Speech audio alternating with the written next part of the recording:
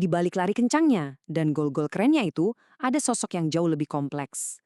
Ada seorang pria, sebuah merek global, dan seorang ikon yang menghadapi tekanan dari segala arah. Jadi, siapa sih sebenarnya orang di balik fenomena ini? Yuk kita bedah bareng-bareng. Nah, pertanyaannya sekarang, dengan semua sorotan, gosip, dan taruhan yang segitu tingginya, apakah kita lagi nonton seorang superstar modern yang ada di puncak permainannya? Atau jangan-jangan dia justru udah di ambang batas kemampuannya? Dan semua ini memuncak gara-gara satu hal, masalah lututnya. Jurnalis Anton Meana ini ngasih gambaran yang bikin banyak orang cemas. Waktu terus jalani menuju Piala Dunia, dan setiap hari itu berharga banget. Inilah yang bikin drama krisis di media jadi intens banget. Oke. Sebelum kita makin dalam ngebahas kontroversinya, kita mundur dikit yuk. Coba kita ingat-ingat lagi, kenapa sih nama Mbappe ini bisa seheboh sekarang di seluruh dunia?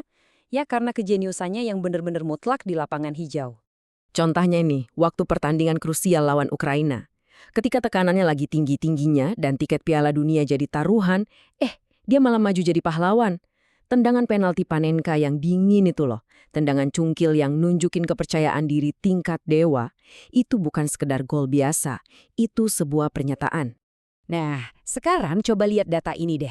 Ini gila banget, serius. Statistik ini ngebandingin dia dengan penyerang top lainnya, dan angkanya udah bicara sendiri. Peringkat 100% untuk gol, percobaan tembakan, dan nyiptain peluang. Ini level elit yang cuma diisi segelintir orang. Tapi, lihat deh ini, kontribusi defensifnya cuma 1%. Jelas kan, jago di lapangan sih udah pasti. Tapi cerita Mbappe itu nggak cuma soal bola. Yuk kita pindah ke dunia di luar lapangan. Di mana Mbappe juga udah ngebangun dirinya jadi raksasa komersial. 150 juta dolar. Coba direnungin dulu angka itu. Ini nunjukin kalau ini bukan lagi soal seberapa jago dia nendang bola. Ini soal daya jual, soal pengaruh global, dan statusnya sebagai ikon budaya. Dan nilai segede itu bikin dia berani ngambil langkah bisnis yang, wow, monumental banget. Setelah hampir 2 dekade, kabarnya Mbappe bakal pisah sama Nike. Ini jarang banget loh terjadi sama atlet sekali berdia. Ini bukan sekedar ganti sepatu. Ini tuh kayak gempa bumi di dunia strategi branding pribadinya. Terus apa alasannya? Nah, ini ada konsep yang mereka sebut transendensi pasar. Gampangnya gini deh, kubu Mbappe percaya kalau statusnya sebagai bintang utama Real Madrid sekarang udah bikin kontrak lamanya sama Nike itu kelihatan murah banget. Ini perhitungan dingin seorang pebisnis yang sadar betul kalau pengaruhnya sekarang jauh lebih besar dari nilai kontrak yang dia tanda tangani bertahun-tahun lalu.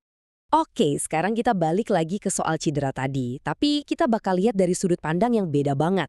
Ini bukan lagi cuma soal pemulihan fisik, ini adalah pertarungan buat ngendaliin cerita. Cerita tentang tubuhnya, masa depannya, dan karirnya. Di sini nih mulai kelihatan ada gesekan. Di satu sisi, Real Madrid ngeluarin pernyataan resmi yang kesannya semua aman terkendali, cuma nyaranin perawatan konservatif. Tapi di sisi lain, Mbappe nggak mau terima gitu aja. Dia langsung terbang balik ke Paris buat nyari opini kedua dari spesialis. Ini bukan pembangkangan, tapi sebuah pernyataan kalau dia adalah kapten di kapalnya sendiri. Dan coba deh kita dengerin langsung dari mulutnya, Mbappe. Kutipan ini bener-bener ngasih kita gambaran isi kepalanya. Buat atlet yang badannya itu modal utama, ketidakpastian itu musuh terbesar. Ini bukan soal ngelawan klub, ini soal nyari ketenangan pikiran. Tahu apa yang salah itu langkah pertama untuk bisa lari lagi. Dan inilah puncaknya. Dia langsung ngebantah semua bisik-bisik dan spekulasi. Dengan ngomong dia udah 100% pulih, dia bukan cuma ngasih kita kabar terbaru. Dia seolah-olah ngerebut pulpen dari tangan media dan nulis akhir ceritanya sendiri. Jadi kita udah lihat Mbappe sebagai pemain dan sebagai brand. Tapi setelah semua gol dicetak dan semua kontrak ditandatangani, apa sih yang bakal tersisa? Apa yang bakal jadi warisan jangka panjangnya? Yuk kita lihat sisi lain dari Mbappe, sisi yang mungkin nggak selalu jadi headline berita. Di tahun 2020, dia mendirikan Inspired by KM.